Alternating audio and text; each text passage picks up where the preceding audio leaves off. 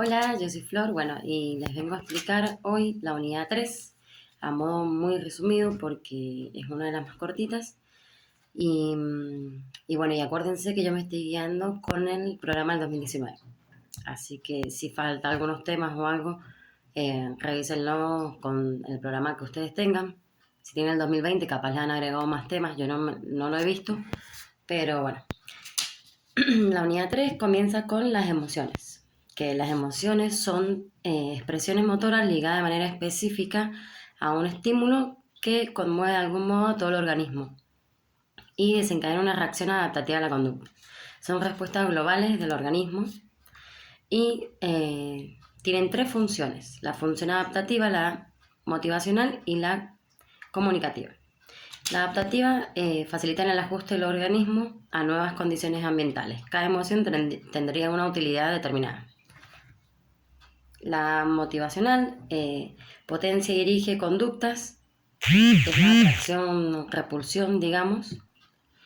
Y la comunicativa es a nivel intrapersonal como fuente de información y a nivel interpersonal comunicando sentimientos e intenciones. Bueno, y después pasamos a los componentes que intervienen en las emociones, que son tres: son los componentes fisiológicos, los cognitivos y los conductuales. Los fisiológicos son los procesos involuntarios como el tono muscular, la respiración, la presión sanguínea, etc., que involucran cambios en la actividad del sistema nervioso central y autónomo. Los cognitivos es el proceso de información a nivel consciente como inconsciente, que influye explícita e implícitamente en la cognición y en la vivencia subjetiva de los acontecimientos. Y el tercero es el conductual, que son las expresiones faciales, movimientos corporales, tono de voz, etc., que determinan conductas distintivas de especial utilidad comunicativa. Son las diferentes formas de comunicar nuestras expresiones, o sea, las expresiones que hacemos para comunicar. Después lo que sigue es la clasificación de las emociones, que son tres: es tono, polaridad, intensidad y duración. El tono o polaridad hace referencia a la vinculación de la respuesta emocional con sensaciones que se mueven en continuo de placer y desagrado. Después la intensidad son todas las emociones con cierta intensidad, aunque esta puede ser modulada por la combinación de las valoraciones primarias y secundarias. Y la duración, que bueno, las emociones tienen una duración reducida, que van desde los segundos a unos cuantos minutos, siendo en forma de estados de ánimo, como estas se prolongan más en el tiempo, de acuerdo a lo que nos dura una cierta emoción. Bueno, y existen las emociones primarias y las emociones secundarias. Las primarias son emociones independientes de la cultura, con una organización innata, en la que existe una continuidad filogenética entre los tipos de estímulos que las provocan y los tipos de comportamientos con los que se asocian. Existen varias emociones primarias, como lo son, por ejemplo, la emoción de sorpresa, la emoción de asco, la emoción de miedo, la emoción de alegría, de tristeza y la emoción de ira. Que bueno, y cada una de esas tiene ciertas características. Como por ejemplo, la emoción de sorpresa se produce ante una situación novedosa o extraña y desaparece rápidamente. Y bueno, y ahí también tiene características que a nivel del sistema nervioso autónomo produce desaceleración de la frecuencia cardíaca, aumento de la conductancia de la piel, y a nivel del sistema nervioso somático produce aumento del tono muscular, interrupción puntual de la respiración, dilatación pupilar. Bueno, esas son tipo características de cada emoción primaria. Lo que produce, en qué afecta. Bueno, la emoción de asco se frente a un estímulo desagradable tendiendo al distanciamiento del objeto o situación que la produce. Lo explico así muy rápidamente porque muchos no se concentran en cada emoción, por eso. Después la emoción de miedo, que tiene una función de supervivencia. Su misión es conducir a los organismos a distanciarse de los depredadores y promover la sumisión al miembro dominante del grupo. Es una emoción producida por un peligro presente y ligado al estímulo que la genera. También tiene las características. Después la emoción de alegría. Bueno, Surge cuando la persona evalúa el objeto o acontecimiento como favorable a la consecución de sus metas particulares. La emoción de tristeza se caracteriza por un decaimiento en el estado de ánimo habitual de la persona, y la emoción de ira emerge cuando la persona se ve sometida a situaciones que le producen frustración. Bueno, esas serían las emociones primarias. Luego está la emoción secundaria, que las emociones secundarias son, se pueden encontrar experiencias como la culpa, el orgullo, la vergüenza, la felicidad o el amor, las que serían el resultado de fusiones entre emociones primarias.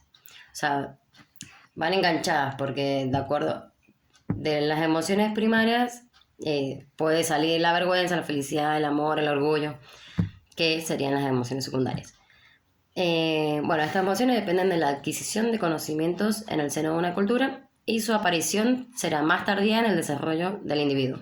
Aparecen después, obviamente por eso son secundarias, que las emociones primarias. Bueno, otro de los temas que van a ver en la unidad, en la unidad 3 es la sexualidad humana, que también la voy a explicar medio rapidito, si no se hace muy largo. La sexualidad es el eje central y organizador del desarrollo humano a lo largo de todo el ciclo vital. Involucra 3 dimensiones: la dimensión biológica, la sociocultural y la psicológica. Bueno, la dimensión biológica empieza en el momento de la concepción en el seno genético o cromosómico, que corresponde XY en el macho y XX en la hembra, sería. Aparece el sexo anatómico, que corresponde a las características sexuales corporales. Se define el sexo hormonal, que depende de la función de las gónadas, con la presencia predominante de estrógeno en las hembras y andrógeno en el macho. Esa sería la dimensión biológica.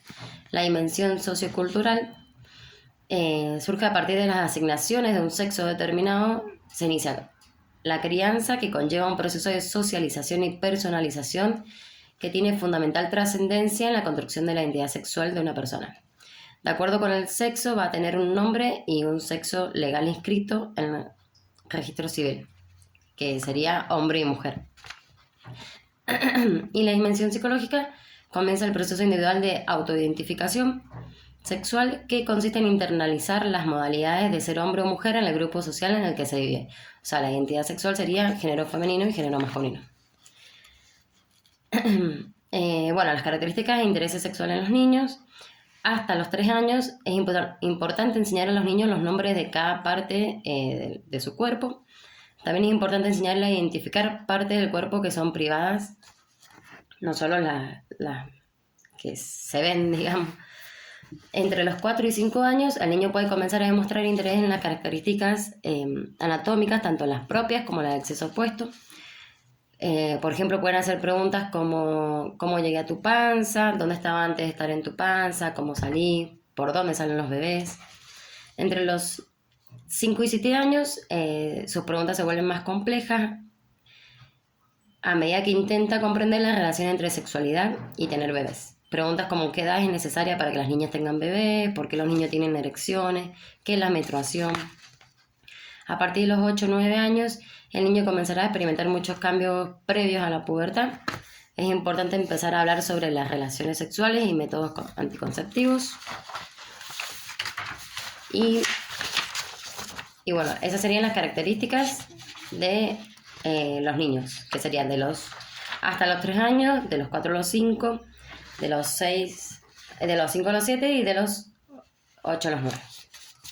Son como temas a tener en cuenta, porque por ahí si lo preguntan, capaz no lo preguntan mucho en los exámenes, o al menos hasta donde yo rendí no lo preguntó mucho, pero hay que tenerlo en cuenta para explicárselo por las dudas que lo pregunte. Después viene el tema de la autonomía, que el desarrollo de la autonomía significa llegar a ser capaz de pensar por sí mismo con sentido crítico, tanto en el ámbito moral como en el intelectual. O sea, significa llegar a gobernarse a sí mismo y no depender del otro. La autonomía moral, la moralidad, trata acerca del bien y del mal en la conducta humana, lo que está bien y lo que está mal. Aparece cuando la mente considera necesario un ideal que es independiente de cualquier presión externa. La mentira es considerada mala porque socava la confianza mutua y las relaciones humanas. Está basada en la coordinación de los puntos de vista de los demás. La moral heterónoma no es deseable y la mentira es considerada incorrecta porque está en contra de ciertas reglas. Ejemplo, una niña regresando de la escuela se encuentra con un perro grande que la asusta mucho y cuando regresa a su casa le dice a la madre que vio un perro tan grande como una vaca. O sea, eso estaría mal porque nunca puedes ver a un perro tan grande como una vaca, pero lo asocian de acuerdo a la edad. Bueno, otro ejemplo, por ejemplo, que se les preguntó a niños entre los 6 y los 14 si era peor mentir a un adulto que a un niño, y los niños pequeños respondieron que era peor mentirle a un adulto porque ellos saben cuando una afirmación no es cierta. En cambio, los niños de 14, eso contestaron los de 6. Y los niños de 14 dijeron que a veces hacía necesario mentir a los adultos, pero que era corrupto hacerlo con otros niños. Eso sería un ejemplo de moralidad autónoma. Bueno, y la autonomía intelectual significa gobernarse a sí mismo también y tomar sus propias decisiones. Lo intelectual trata con lo falso o lo verdadero. Lo moral era de lo bien y lo mal, lo que está bien y lo que está mal, y lo intelectual es de lo falso y lo verdadero. La heteronomía en el campo intelectual significa seguir los puntos de vista de otras personas. La persona intelectualmente heterónoma cree lo que se le diga. Un ejemplo es la creencia del niño en Papá Noel. Los intercambios de puntos de vista con los otros y las negociaciones son importantes no solo para el desarrollo moral, sino también para el desarrollo intelectual. Por ejemplo, bueno, se guía mucho del otro. Si a alguien le dice que tenés que creer en Papá Noel porque sí existe, bueno, uno va a creer, lógicamente. O sea, no son capaces de creer intelectualmente algo que no le digan. Y aparece la heteronomía, que todos los niños nacen siendo heterónomos. El niño se hace autónomo mientras crece. A medida que él crece, el niño deberá ser más autónomo y menos heterónomo. Es decir, cuando es capaz de gobernarse a sí mismo, será menos gobernado por los demás. Bien, los adultos refuerzan esa heteronomía natural de los niños al utilizar el castigo y la recompensa. Y estimulan el desarrollo de la autonomía cuando intercambian sus puntos de vista con los niños al tomar decisiones. Por ejemplo, el niño es autónomo cuando, bueno, el padre, si lo reta o le pone un castigo, nunca va a ser más autónomo ni va a saber esto está bien, esto está mal, o poder decir por él mismo porque el padre le está diciendo que esto está mal, listo. Al niño no le hace falta pensarlo si está bien o está mal. Ya sabe porque el padre le dice que está mal, ya está mal. Entonces el padre le pone un castigo y con eso refuerza la heteronomía, pero tiene que hacer que el niño sea más autónomo, no más heterónomo. Entonces, bueno, lo que se debería hacer es que el adulto intercambie sus puntos de vista con el niño al tomar decisiones, como por ejemplo, ¿qué te parece si... o qué te parece sobre esto que hiciste? ¿Está bien o está mal? Y bueno, ahí el niño se va a ir dando cuenta solo, va a ir tomando decisiones solo y